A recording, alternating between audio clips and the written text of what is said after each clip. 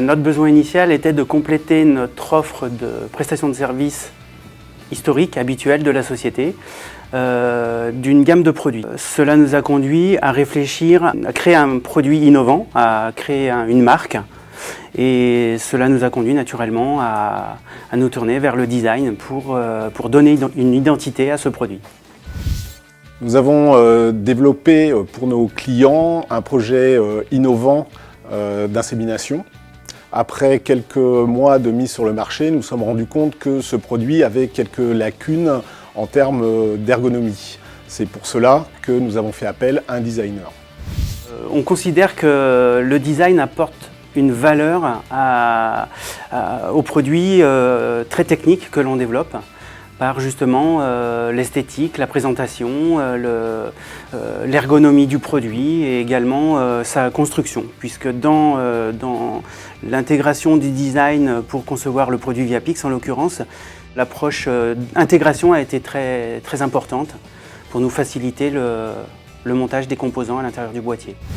Dans notre métier orienté vers le marché agricole, faire appel à un designer n'est pas forcément un automatisme. C'est Luc Bénard de l'Ariste et Jean-Marc Touellin de l'Institut Maupertuis qui nous ont donné l'idée de faire appel à un designer.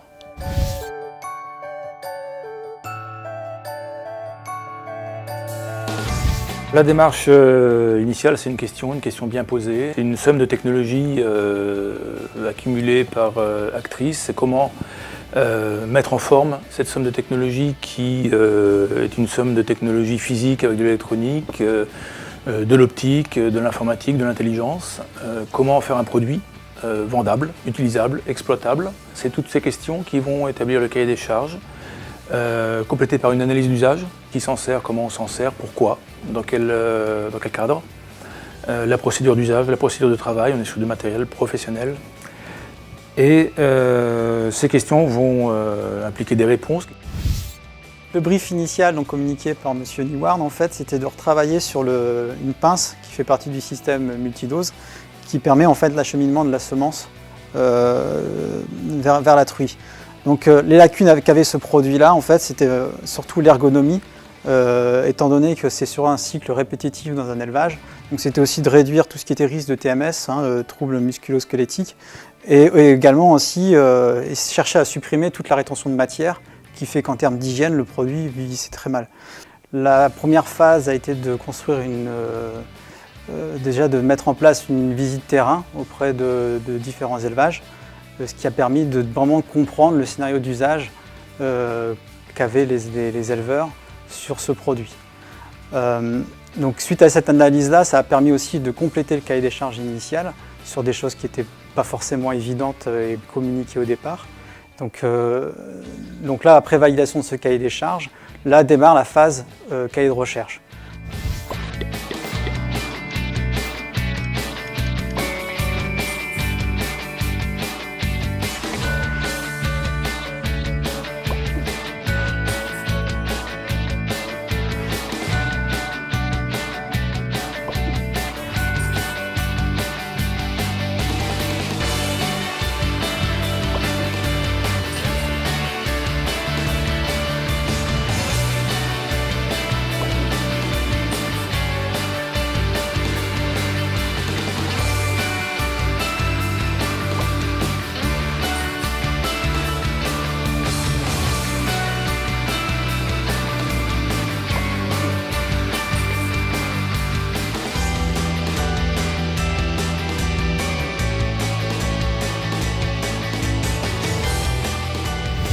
On est en mesure aujourd'hui de répondre aux appels d'offres des sociétés d'ingénierie routière, des sociétés d'autoroute ou des collectivités qui cherchent un moyen de collecte de données à grand rendement pour la route.